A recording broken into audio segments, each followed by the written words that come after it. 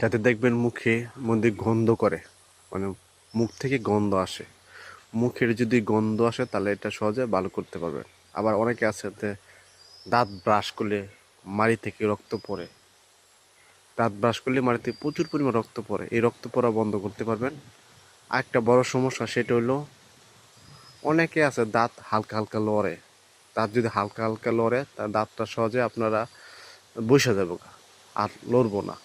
এটা হইলো আম পাতা, দেখছেন এই যে ছোট ছোট এই যে আম পাতা, এই আম পাতা এরকম 2টা বা 3টা আম পাতা নিয়ে, কুচি কুচি আম পাতা নিয়ে সকালবেলা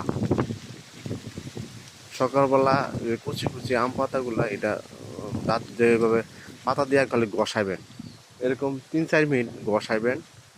ঘষায় যে একটা সময় মানুষ দেখবেন এই আম পাতা দিয়ে দাঁত ব্রাশ করতো, এরকম ঘষাবেন 3-4 দিন, দেখবেন দাঁতের যে যে দেখবেন দাঁতের যে লড়তো এটা আর লড়বো না, সহজে বসে যাবে গা, মুখের দুর্গন্ধ দূর হবে, আর রক্ত পড়তো এই রক্ত পড়া সহজে বন্ধ হবে ইনশাল্লাহ।